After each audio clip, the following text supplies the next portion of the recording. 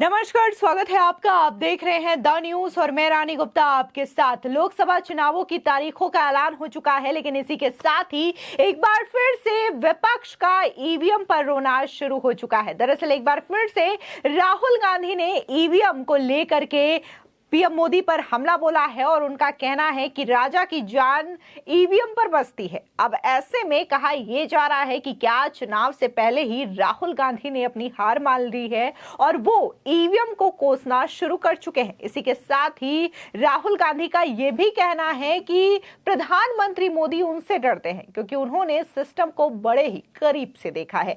आपको बता दें, दरअसल लोकसभा चुनाव का ऐलान होने के साथ ही देश में सियासी सरगर्मी बढ़ चुकी है। 2014 और 2019 में बीजेपी की सफलता की इबारत लिखने वाले पीएम मोदी लगातार तीसरी जीत के लिए मशक्कत कर रहे हैं। बीजेपी को सत्ता की हैट्रिक लगाने से इंडिया अलायंस हर हाल में रोकने का दाव चल रही है।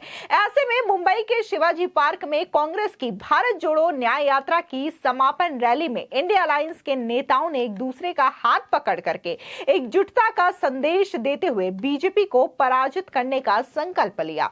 लोकसभा चुनाव के लिए इंडिया अलायंस ने अपना सियासी एजेंडा भी सेट कर लिया है। बता दें कि 2024 के लोकसभा चुनाव की घोषणा के एक दिन बाद खचाखच भरे शिवाजी पार्क में इंडिया अलायंस के नेताओं ने बीजेपी छोड़ो का नारा दिया और कहा कि प्रधानमंत्री मोदी सिर्फ एक मुखौटा है। इंडिया अलायंस की मुंबई रैली में महिलाओं और युवाओं की संख्या भी देखने को मिली।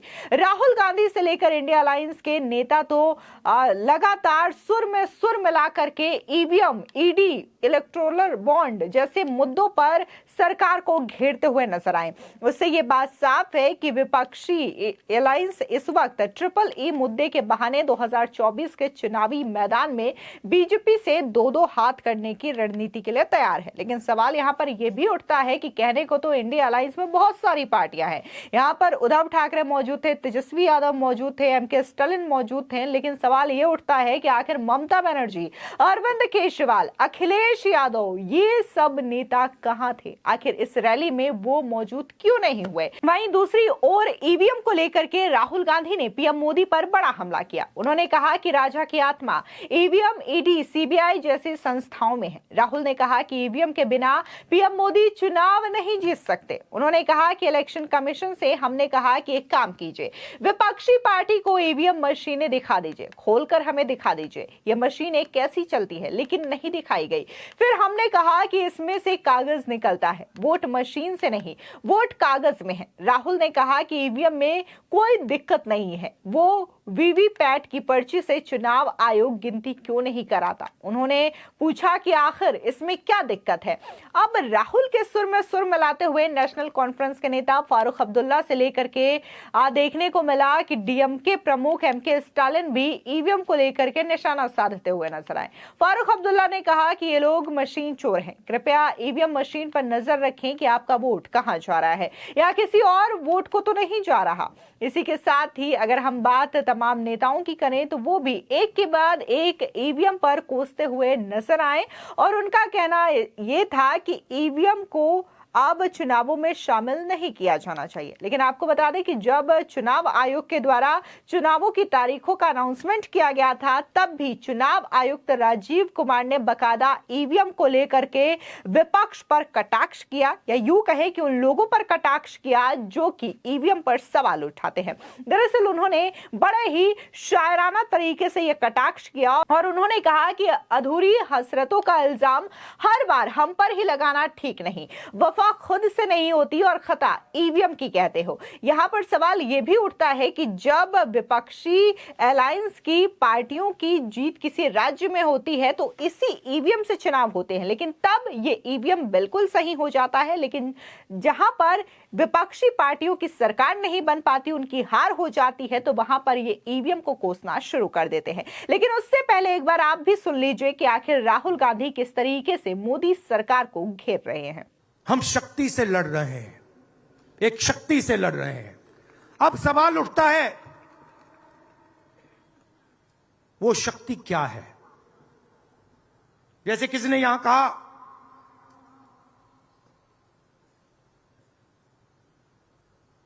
राजा की आत्मा ईवीएम में है। सही है, सही है,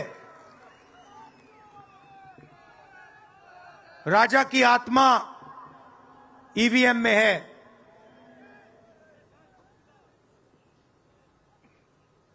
हिंदुस्तान की हर संस्था में है, ईडी में है, सीबीआई में है, इनकम टैक्स डिपार्टमेंट में है। एक वरिष्ठ नेता, नाम नहीं लेना चाहता हूं, इसी प्रदेश के एक वरिष्ठ नेता कांग्रेस पार्टी को छोड़ते हैं और रो के कहते हैं, मेरी मां से रो के कहते हैं कि सोनिया जी, मुझे शर्म आ रही है, मेरे में इन लोगों से, इस शक्ति से लड़ने की हिम्मत नहीं है, मैं जेल नहीं जाना चाहता हूं। और ये एक नहीं है, ऐसे हजारों लोग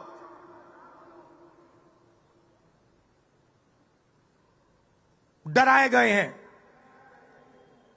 क्या आप सोचते हो शिवसेना के लोग, एनसी के लोग ऐसे ही चले गए? नहीं, जिस शक्ति की मैं बात कर रहा हूं,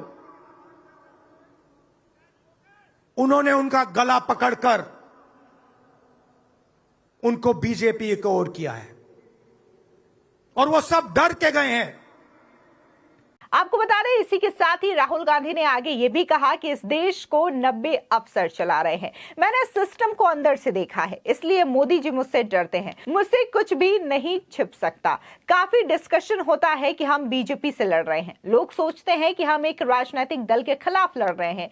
देश भी ये सोचता है कि मंच पर बैठे नेता एक राजनीतिक पार्टी से लड़ रहे हैं। ये सच नहीं है। हिंदुस्तान के युवाओं को ये समझना होगा कि ये सब एक व्यक्ति के खिलाफ लड़ रहे हैं। हम ना बीजेपी और ना ही किसी व्यक्ति के खिलाफ लड़ रहे हैं। एक व्यक्ति को चेहरा बना करके ऊपर रखा गया है। हिंदू धर्म में एक शब्द है शक्ति, हम शक्ति से लड़ रहे हैं। आपको बता दें, दरअसल विपक्ष के लिए 2024 का लोकसभा चुनाव करो या मरो वाली स्थिति का है, क्योंकि 2014 और 2019 का लोकसभा चुनाव हार चुके हैं।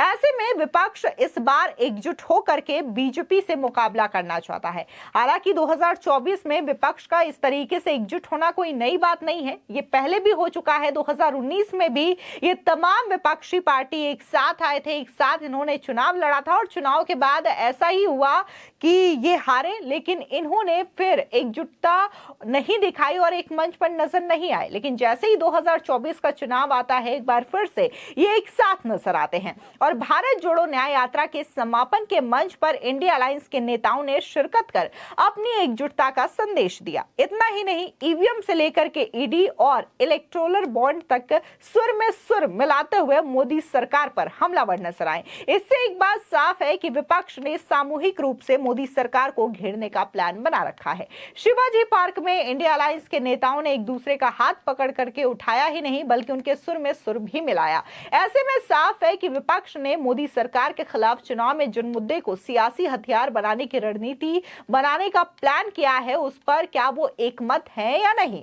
क्या इन मुद्दों से विपक्ष को सफलता मिलती है या नहीं? क्योंकि पहले से ही चुनाव के नतीजे आए नहीं हैं और ईवीएम पर रोना विपक्ष ने शुरू कर दिया है। फिलहाल इस पूरे मामले को लेकर के आपकी क्या राय है, हमारे कमेंट सेक्शन में जरूर बताएं। धन्यवाद।